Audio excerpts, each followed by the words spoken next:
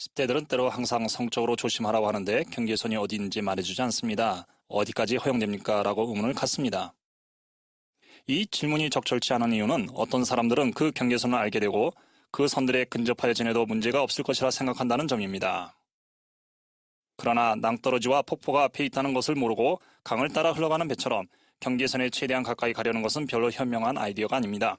이러한 비유를 생각해 보십시오. 숲이 무성한 지역을 가까이 비행하는 조종사의 이야기입니다. 공군에서는 나무에 가까이 비행해서는 안 된다는 규정이 있습니다. 그 이유는 자명합니다. 자칫 한 번의 실수로 비행기가 추락할 수 있기 때문입니다.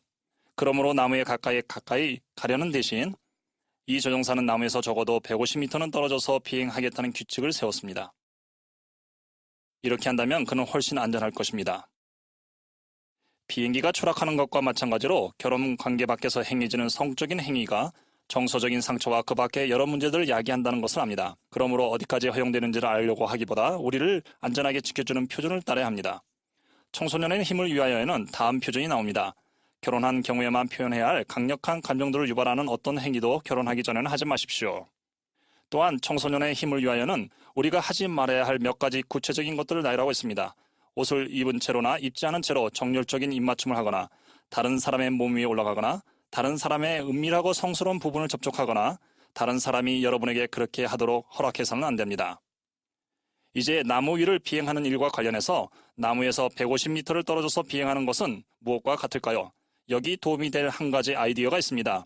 여러분의 부모님 앞에서 하더라도 불편하지 않을 만한 일들만 하는 것입니다. 예를 들어 손을 잡아도 되나요? 라고 물을 때 부모님 앞에서도 손을 잡을 것인가 라고 생각해 볼 수 있습니다. 여러분을 순결하게 지켜줄 표준을 세울 수 있습니다. 리차드 G. 스콧 장로님은 이렇게 말씀했습니다. 확고한 개인적인 표준을 세우십시오.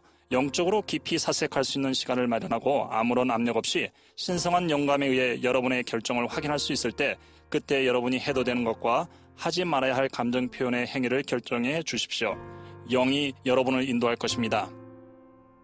그런 다음 유혹이 올 때 그것이 아무리 옳은 일처럼 보일지라도 여러분이 이미 내린 결정을 바꾸지 마십시오. 여러분의 부모님이나 지도자들과 여러분이 세운 표준에 대해 이야기해보고 조언을 구하십시오.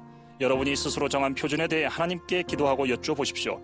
여러분의 표준이 옳다고 성신의 느낌을 느낄 때 여러분은 그 표준 안에서 생활할 더 큰 힘을 얻게 될 것입니다. 자, 이제 정리해봅시다. 선지자들은 어떻게 성적으로 순결하게 지킬 수 있는지를 분명하게 가르쳐갖고 표준을 주었습니다. 결혼한 경우에만 표현해야 할 강력한 감정들을 유발하는 어떠한 일도 결혼 전에는 하지 맙시다.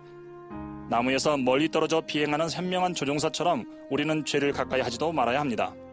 여러분이 스스로 정한 표준에 대해 하나님께 기도하고 이야기할 수 있습니다. 영에 의해 진실로 인도될 수 있는 시간을 마련하십시오.